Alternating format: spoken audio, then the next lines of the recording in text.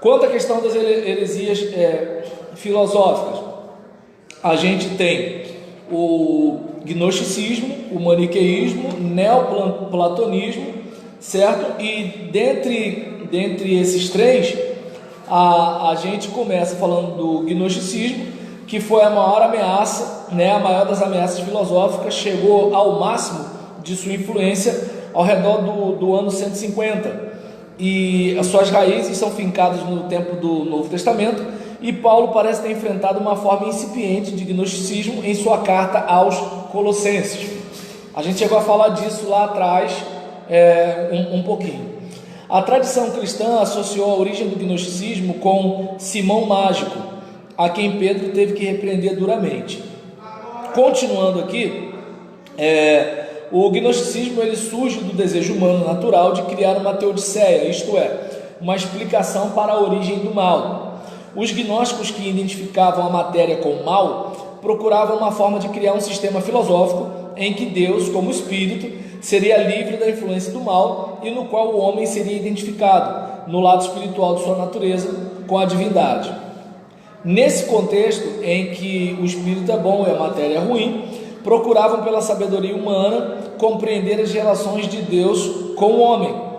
E nesse contexto, o dualismo era um dos principais fundamentos do gnosticismo. Nesse contexto aqui, a gente percebe que os gnósticos eles defendiam uma separação entre os mundos material e espiritual, porque para eles a matéria estava sempre identificada com o mal e o espírito com o bem. Por exemplo, tem gente que às vezes vai olhar e ver que assim, o sexo é negativo porque ele tem a ver com o corpo, o que está no corpo é mal. Eu não vou fazer uma atividade física para cuidar do corpo, o corpo é mal. O que é bom? Bom é o meu espírito, certo? Então assim, o que é espírito é bom, o que é físico é mal, uma coisa mais ou menos assim.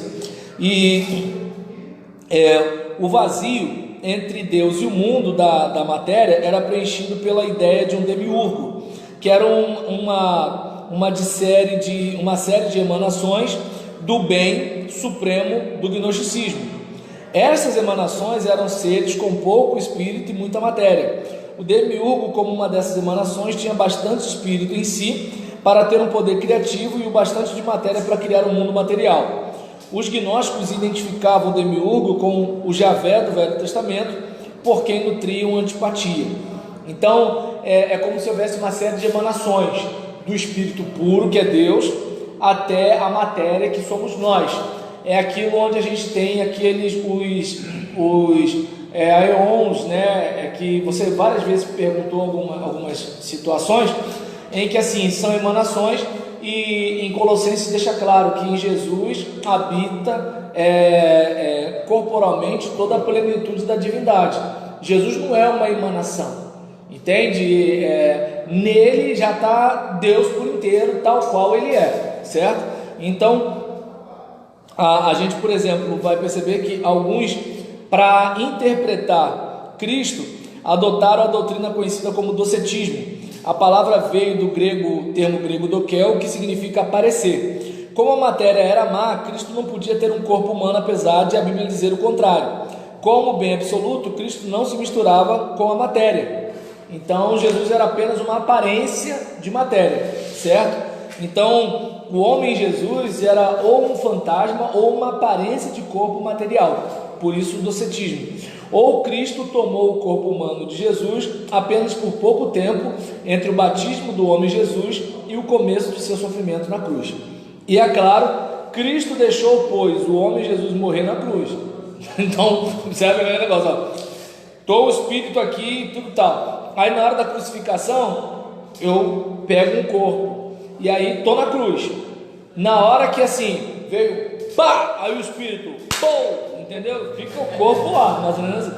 Então, brincadeiras à parte, Cristo deixou, pois, o homem Jesus morrer na cruz. A tarefa de Cristo era ensinar uma gnose, ou um conhecimento especial, que ajudaria o homem a se salvar por um processo intelectual, certo? E aí, nesse caso, já que o corpo era material e estava destinado a desaparecer, era necessário seguir práticas ascéticas rígidas ou entregar-se ao libertinismo. Então, o que acontece? já que a matéria é ruim mesmo, né? Já que a matéria é ruim mesmo e não tem jeito para ela, quer saber? Eu vou me acabar. Tá dando para entender? Porque Deus sabe que aqui do espírito, cara, eu sou uma boa pessoa, mas o corpo já não é mal mesmo. Vamos enfiar o pé na jaca, né? E aí nesse caso aqui, e tinha aqueles outros que não, já que a matéria é má, vamos deixar ela bem assim, não pode isso, não pode aquilo, não pode aquilo outro, entende? Tinha um que era um extremo, tinha um outro que era de outro extremo. Nesse caso, só os gnósticos pneumáticos que possuíam a gnose esotérica chegavam aos céus. Os ílicos jamais alcançariam a celestialidade, uma vez que estavam destinados à perdição eterna. Não havia lugar para a ressurreição do corpo. Essa descrição dos principais princípios defendidos em comum pelos gnósticos não deve descartar a existência de numerosas seitas gnósticas com doutrinas próprias. Então a gente está vendo aqui que é uma das interpretações. Em relação, por exemplo, à questão de uma leitura superficial das primeiras sessões do livro Contra as Heresias de Irineu, a gente observa, né, que assim, haviam muitos grupos. Saturnino liderou uma escola síria de gnosticismo. No Egito, Brasilides dirigiu outra. Marcion e seus seguidores parecem ter sido os mais influentes dos grupos ligados ao gnosticismo. Marcião deixou sua cidade natal, em 138 foi para Roma, onde se tornou influente na igreja romana. Por entender que o judaísmo era mau, rejeitou a Bíblia hebraica e o Javé nela apresentado. Ele formou seu próprio cânon, que incluía o Evangelho de Lucas e Atos e as 10 cartas identificadas com o nome de Paulo. As outras epístolas, sai fora, entendeu? Então, e uma crítica do gnosticismo a partir da Bíblia logo indicará que a igreja foi sábia em lutar contra essa doutrina.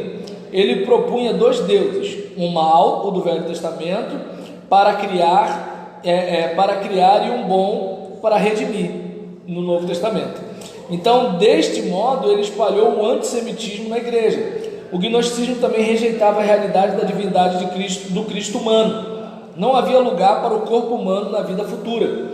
E o seu ascetismo foi um dos fatores formativos do movimento ascético medieval, conhecido como monasticismo, que a gente vai ver lá na Idade Média. Isso. O Nome da Rosa é um livro que retrata muito isso, um livro de Humberto Eco. O gnosticismo contribuiu involuntariamente, pois, para o avanço da igreja. Quando Marcião formou o seu cânon do Novo Testamento, a igreja foi forçada, como autodefesa, a se preocupar com o problema de que livros seriam considerados canônicos e autoritativos para a fé e para a vida.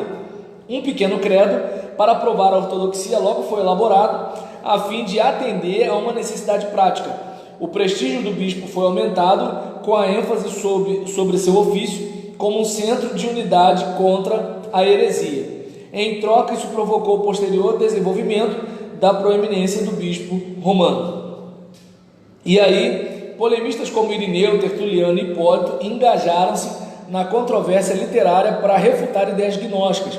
Ensinos gnósticos reapareceram parcialmente em doutrinas dos paulicianos no século VII, dos bogomilos dos séculos XI e XII e dos albigenses posteriores no sul da França.